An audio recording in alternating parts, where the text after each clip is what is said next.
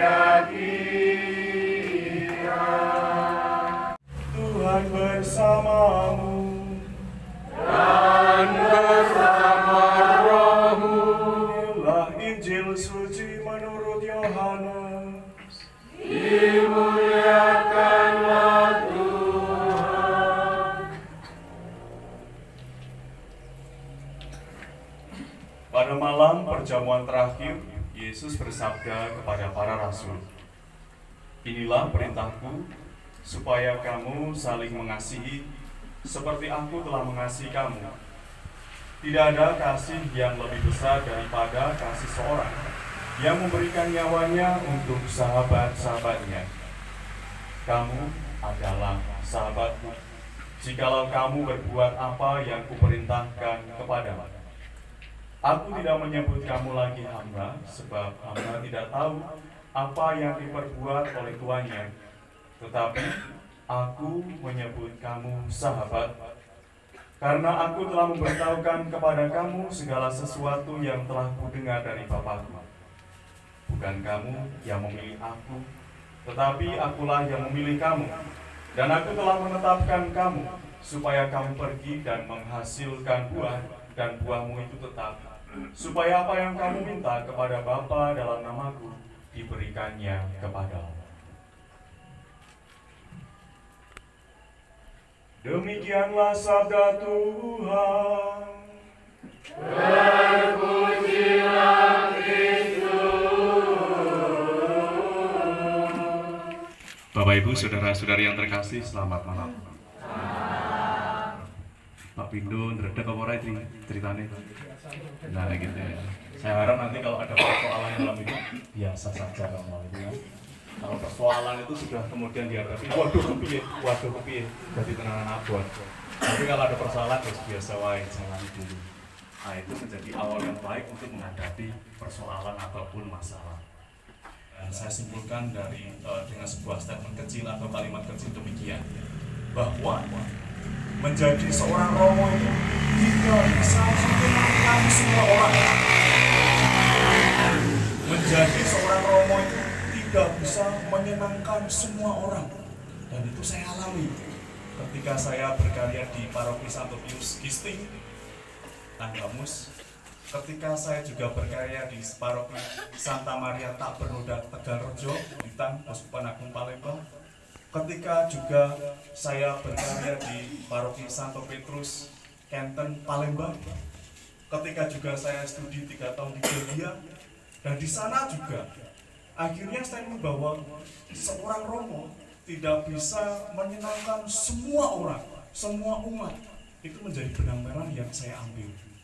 Tetapi di balik itu ada sebuah statement atau kalimat penghiburan yang saya juga menangkap ketika kami tengah-tengah cerita itu, bahwa meskipun kami tidak bisa menyenangkan semua orang, semua umat, tetapi kami bertekad bahwa pelayanan kami bermanfaat bagi sebanyak mungkin orang, sebanyak mungkin umat, sebanyak mungkin umat di paroki. Dan itu hampir sama. Beliau yang sudah 15 tahun ke atas sebagai imam, demikian pula saya yang masih jalan 6 tahun ini sebagai seorang romo. Oleh saudara-saudari kita ini, Laurentius Pindostianto dan Francisca Brigewardani, di mana dalam adat atau budaya Jawa dikenal dengan istilah bidodari. Saya kira di antara kita itu banyak yang sangat mengenal istilah ataupun kultur budaya ini dibandingkan dengan saya. Saya sungguh bahwa walaupun orang Jawa tetapi harus banyak belajar tentang budaya Jawa. Tetapi garis besar bahwa Midodare ini adalah tradisi dalam budaya Jawa yang ingin menunjukkan malam terakhir masa lajang. Kok senyumnya naik kelas? Masa terakhir masa lajang artinya setelah ini akan membangun hidup berkeluarga itu dengan pasangannya. Mbak Ike ya, saya manggilnya juga Mbak dari Pak dan Budi. Tetapi lebih dari itu, pertanyaannya adalah mengapa kita sebagai orang Katolik tetap merayakan budaya Jawa? Saudara-saudariku, ini adalah yang dalam istilah gereja kita disebut sebagai inkulturasi. Artinya apa? Artinya gereja Katolik tidak menolak budaya. Gereja Katolik sungguh merangkul budaya, di mana budaya itu sungguh sesuai dengan ajaran-ajaran kita. Sehingga yang ada Widodari tadi kemudian dibawa dalam gereja dan disatukan dengan iman, sehingga budaya tadi, budaya Jawa secara khusus menjadi berkat. Dan ini yang kita buat pada malam hari ini. Namun lebih dari itu, apa yang dapat kita petik dari malam sebelum pernikahan besok itu untuk saudara-saudari kita ini? Bahwa malam ini adalah malam persiapan. Dalam beberapa keuskupan, Widodari ini disarankan untuk ibadat sabda. Kenapa? Karena misalnya di Keuskupan Agung Semarang, di sana ingin menunjukkan bahwa yang pusat adalah sakramen Ekaristi, dan itu ditunjukkan ketika yang bersangkutan mempelai itu menerima sakramen Ekaristi pada harinya, dan disitulah dirayakan perayaan Ekaristi di beberapa keuskupan. Tetapi juga di keuskupan yang lain juga ya nggak apa-apa. Widodari juga misa, kemudian hari hanya ketika yang mempelai itu menerima sakramen perkawinan juga menerima sakramen Krisma, dirayakan dengan sakramen Krisma. Orang api meneh romo prit. Widodari ini kon misa. Mari kita belajar apa yang dapat kita renungkan dalam kesempatan pada malam hari ini dengan melihat bacaan-bacaan yang kita baca atau kita dengarkan. Yang pertama, dari bacaan pertama, secara khusus dari surat Rasul Paulus kepada jemaat di Roma. Dari sana Paulus sebenarnya menunjukkan kepada kita bagaimana membangun hidup bersama yang baik dan sulit. Dari beberapa perikop terakhir yang saya ambil. Hendaklah kamu sehati sepikir. Orang mau sepikir, tapi juga sehati. Dan itu yang menarik. Dalam hidup berkeluarga, kadang banyak yang sepikir saja dan tidak sampai sehati. Saya tidak perlu menambahkan contoh-contohnya. Enggak percaya tanya Budi Pak Dewi, apalagi keluarga-keluarga saya bermasalah. Juga pikirkan perkara dasar tadi, perikop tadi yang terakhir. Apa itu perkara dasar? Perkara yang sungguh dasar dalam hidup ini, terlebih kita refleksikan dalam hidup berkeluarga. Apa itu perkara dasarnya? Pertama adalah kesejahteraan pasangan itu sendiri. Yang kedua adalah kelahiran anak. Pasti ditanya tau kanonik, anaknya berapa itu ya? SD belum 2 atau 3? Nah, belum tak mengulangi. Saya kalau kanonik itu 2 atau 4 kali biasanya. Yang cowok saya panggil, kira anaknya 2 romo. Kemudian yang satu panggil, berapa anaknya? 5 romo. Besok datang lagi. Diskusi sehari semalam berapa anaknya. Karena apa? Itu berkaitan dengan ekonomi finansial, bagaimana mendidiknya. Dan mendidiknya ini adalah salah satu pikiran atau perkara dasar dalam membangun hidup berkeluarga. Pendidikan anak, baik iman maupun akademis. Wong bapak ibu dewa sarjana. Ini sarjana pendidikan toh? Mbak Rika itu sarjana apa? Perawat, sarjana tadi juga. Nah itu apalagi anaknya itu kan. Dan itu yang menjadi dasar dan harapan ke depan. Selanjutnya Paulus mengatakan jangan menganggap dirimu itu pandai, merasa pinter. Gue ya pinter merasa gitu kan. Ojo merasa pinter tapi pinter merasa ini yang lebih baik. Dan Paulus yang mengatakan menjadi rendah hati, bukan rendah diri, tetapi rendah hati. Dan yang terakhir, Paulus mengatakan salinglah mengampuni satu sama lain. Dan seringkali saya beberapa kali memberkati pasangan dalam gereja Katolik, saya mengatakan jadilah yang pertama orang yang meminta maaf. Gitu ya. Ketika dua pasangan itu datang atau pasangan itu datang kemudian kanonik atau persiapan untuk menerima sakramen perkawinan, saya sering mengatakan jadilah yang pertama orang yang meminta maaf pada pasangan. Dan rasanya ini baik ketika nanti Pak Pindo juga Pak Rika untuk melanjutkan hidup berkeluarganya. Nah, di atas itu semua apa sih dasarnya? Yesus mengatakan kepada kita, dasar yang utama adalah kasih. Ia mengatakan inilah perintahku, yaitu supaya kamu saling mengasihi seperti aku telah mengasihi kamu. Seperti Tuhan sudah mengasihi kita dengan wafat di salib, yang menunjukkan dan memberikan teladan, hendaklah juga kasih itu menjadi dasar dalam hidup berkeluarga kita. Saya nggak tahu besok bacaan Injilnya apa teksnya, perikopnya tentang kasih atau ya udah besok sama film. Saya nggak perlu nambahin.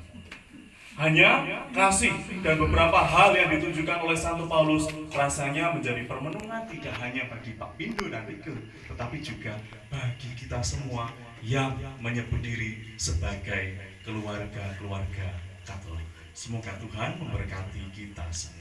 Amin.